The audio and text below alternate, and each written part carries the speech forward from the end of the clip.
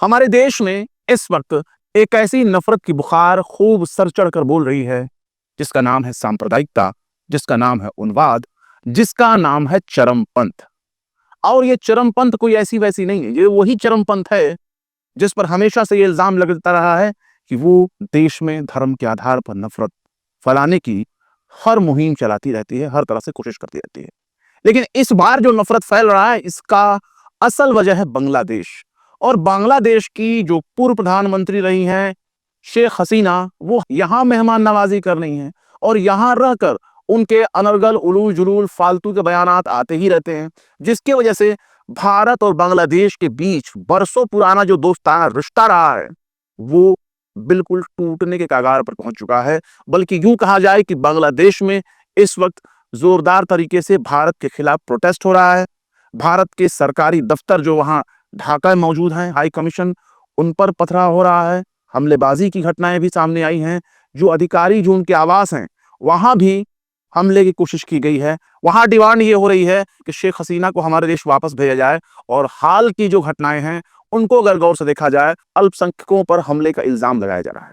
भारत के मीडिया की मैं बात नहीं करूंगा, लेकिन बांग्लादेश की मीडिया की अगर बात करें तो अब तक अल्पसंख्यकों पर भी हमले की खबरें सुनाई देने लगी हैं। बांग्लादेश में ऐसा नहीं रहा है कि वहां हिंदू और मुसलमान के बीच में उस तरह की नफरत देखी जाती है जैसा भारत की मीडिया पेश करती है। वहां हिंदू और मुसलमान, या जिसको कहा जाए हर कौम के लोग बंगाली हैं। वहां जबान को लेकर के उनकी एक क्रांतिकारी मुहिम रही है, जिसकी वजह से उनके देश की पहचान रही है।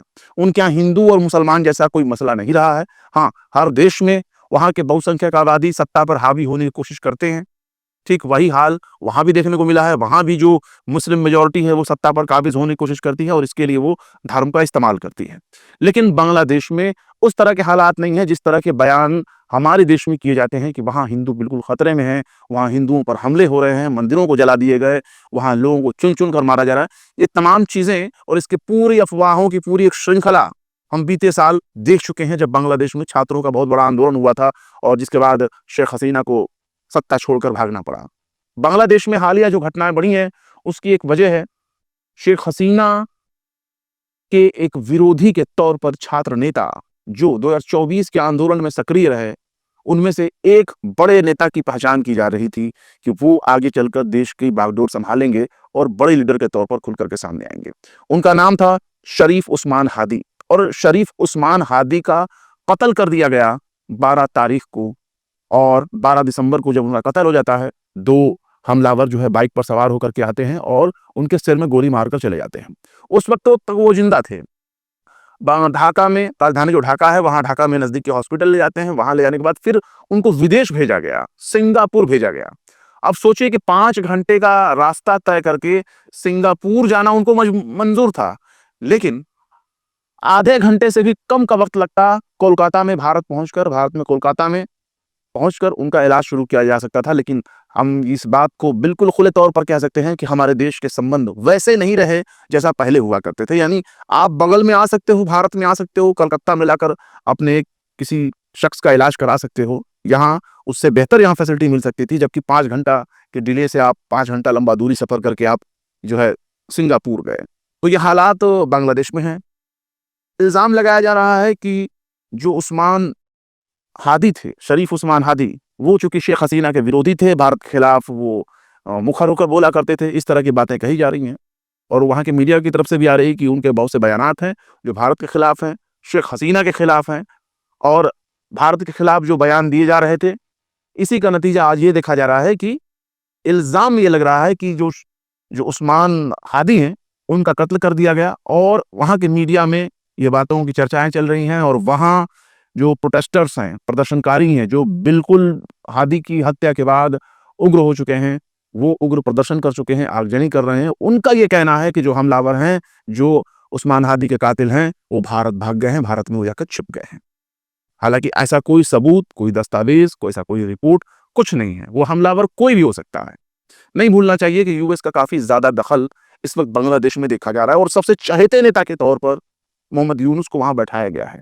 मोहम्मद यूनुस अमेरिका के सबसे फर्स्ट चॉइस के तौर पर देखे जाते हैं, क्योंकि जो भी बांग्लादेश में आज हो रहा है या होने वाला होगा, उन सब के पीछे यूएस का भी हाथ माना जाता रहा है। ऐसा शेख हसीना भी इल्ज़ाम लगा चुकी हैं कि सेंट मार्टिन आइलैंड अमेरिका ने उनसे मांगा था कि वहाँ अपनी वो मिलिट्री बेस बनाएगा, उसको एक क्रिश्चियन कंट्री बनाएगा, कई राज्यों को तोड़कर भारत के भी राज्य तोड़ेगा, बांग्लादेश के भी राज्य तोड़ेगा और जोड़ करके एक सेंट मार्टिन आइलैंड बनाएगा और उसे क्रिश्चियन कंट्री के तौर पे घोषित करेगा। और मना करने पर जो है शेख हसीना की सत्ता से बेदखली का धमकी दिया गया था और जब वो नहीं मानी तो इस तरह के हालात देखने को मिलने लगे।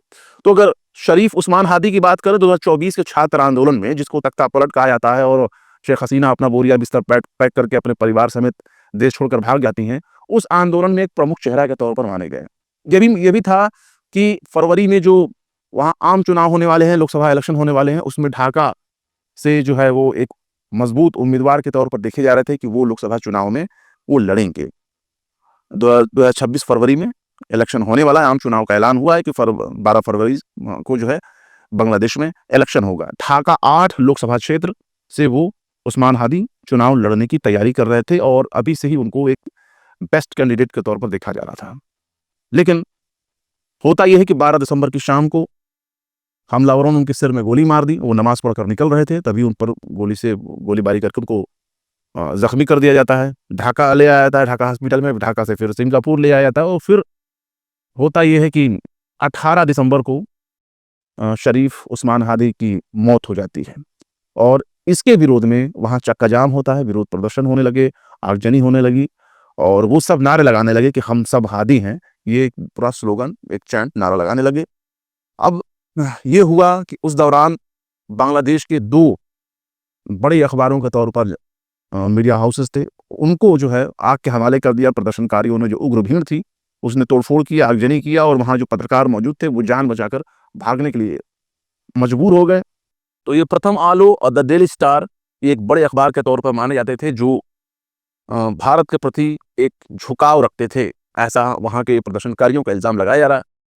हालत ये है कि जब से शेख हसीना ने भारत में पनाह ली है, यहाँ वो शरण लेकर के आके रह रही हैं, तब से ही हमारे दोस्ताना ताल्लुकात बांग्लादेश के साथ बेहद ही खराब होते नजर आ रहे हैं। शेख हसीना भारत में तो रह रही हैं, लेकिन भारत में रहकर अपने ही देश के खिलाफ जो है बयान देती रहती है, वहाँ के नेताओं के खिलाफ, वहाँ के लोगों के खिलाफ। तो ऐसा होने पर वहाँ के लोगों की प्रतिक्रिया जो है भारत के खिलाफ देखने को मिल रही है। एक पूरा एंटी इंडियन मूवमेंट वहाँ पे जो है बिल्कुल चल रहा है और इसका शिकार वहाँ का एक अल्पसंख्यक भी हुआ है। अल्पसंख्यक यानी कि वहाँ का हिंदू, जो कि दीपू चंद्र दास बताया जा रहा है। उस्मान हादी के कत्ल के बाद जब विरोध प्रदर्शन होने लगा, उग्र विरोध प्रदर्शन होने लगा, तो उस दौरान वहाँ का एक मजदूर है, मैन सिंह जिला पड़ता है बांग्लादेश में, और वहाँ दीपू चंद्र दास की पीट कर हत्या कर दी गई। इल्ज़ाम लगाया गया, कुछ लोगों ने कहा कि उस्मान हादी के खिलाफ ये बयानबाजी दे रहा था, कुछ ने कहा कि ये प्रॉफिट के खिलाफ बयानबाजी दे रहा था। इससे जो है भीड़ काफ़ी गुस्से में आ गई और उसने फिर जो है दीपू चंद्र दास की पीट कर हत्या कर दी। हालत इस हद तक मीडिया रिपोर्ट्स में बताया जा रहा है, तस्वीरें भी सोशल मीडिया पर वायरल हैं, उसके वीडियोज़ भी बनाए गए हैं और कई उसके फ्रेम भी बना करके इस वक्त वायरल किए जा रहे हैं। उसके कार्टून पिक्चर बनाकर वायरल की जा रही है, जिसमें दिखाया जा रहा है कि पीट कर उसकी हत्या कर दी गई और उसकी लाश को आग लगा दिया गया, आग लगा कर जला दिया गया। उस मामले में 7 लोगों को गिरफ्तार भी किया गया है और ये उसी दिन घटना हुई जिस दिन उस्मान हादी की मौत हुई, 18 दिसंबर। उसी दिन ये मामला पूरा फैलने लगा। हालत यह है कि भारत सरकार ने भी इस पर अपनी एक प्रतिक्रिया दी है कि हम बांग्लादेश पर जो है वो हालात पर नजर बनाए हुए हैं। हिंदू युवक की हत्या के दोषियों को न्याय के कटघरे में लाने की मांग की है। विदेश मंत्रालय ने इतवार को बांग्लादेशी मीडिया की उन खबरों को भी भ्रामक प्रचार बताते हुए खारिज कर दिया जिसमें कहा गया था कि पड़ोसी देश में एक हिंदू व्यक्ति की हत्या के विरोध में नई दिल्ली में बांग्लादेश हाई कमीशन के बाहर विरोध प्रदर्शन के दौरान सिक्योरिटी के हालात बिगाड़ने की कोशिश की गई थी। इस मामले में भारतीय विदेश मंत्रालय का कहना है कि दीपू चंद दास की बर्बर हत्या के विरोध में बांग्लादेश उच्च आयोग के सामने 20-25 नौजवान खड़े हुए थे और नारे लगाए और इस दौरान जो प्रदर्शन हुआ उसमें बांग्लादेश में तमाम अल्पसंख्यकों की सुरक्षा की मांग की गई।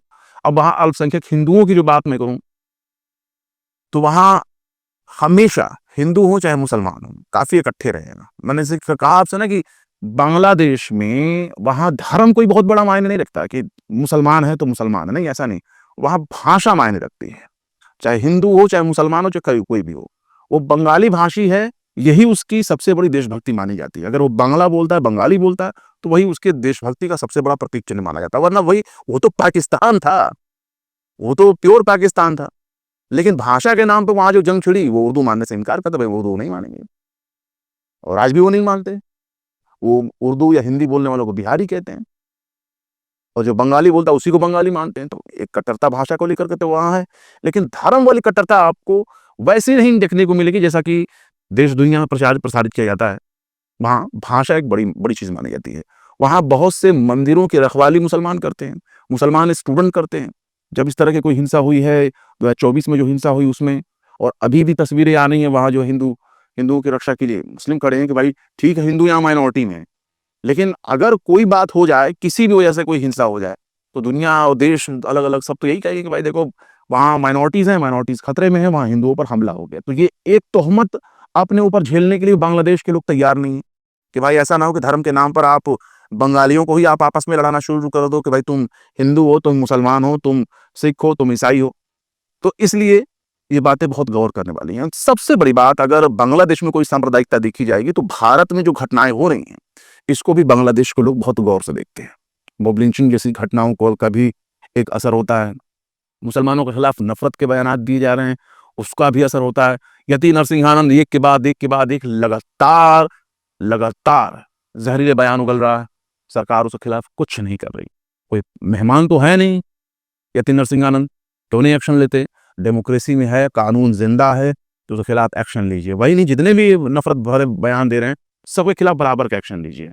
ऐसा नहीं कि एक पुलिस इंस्पेक्टर या एक सीईओ जो है वो धार्मिक कार्यों को वर्दी पहन करके करेगा और आप उसके लिए तालियां बजाएं, और एक शख्स जो है सिर्फ इतना कह दे एक प्रोग्राम में कि बेटियां जो है वो अल्लाह की रहमत है, ऐसा रसूल ने कहा है, तो आप अब उस पर कार्रवाई कर दीजिए कि इसको जो है लाइन हाजिर करो, तो इसके खिलाफ एक्शन लो। तो इस तरह की चीज़ें दुनिया आँख खोल कर देख रही है। अगर आप सोच रहे हो, या हमारे देश के लोग ये सोच रहे हो कि नहीं दुनिया इन चीज़ों पर जो है कोई असर नहीं होता, या कोई हमें ऐसा नहीं देख रहा, तो नहीं भाई, दुनिया बहुत बड़ी है। तो इस तरह के हालात बांग्लादेश में बने हुए हैं। उम्मीद करता हूँ कि आपको बातें बिल्कुल आसान शब्दों में समझ में आई होंगी।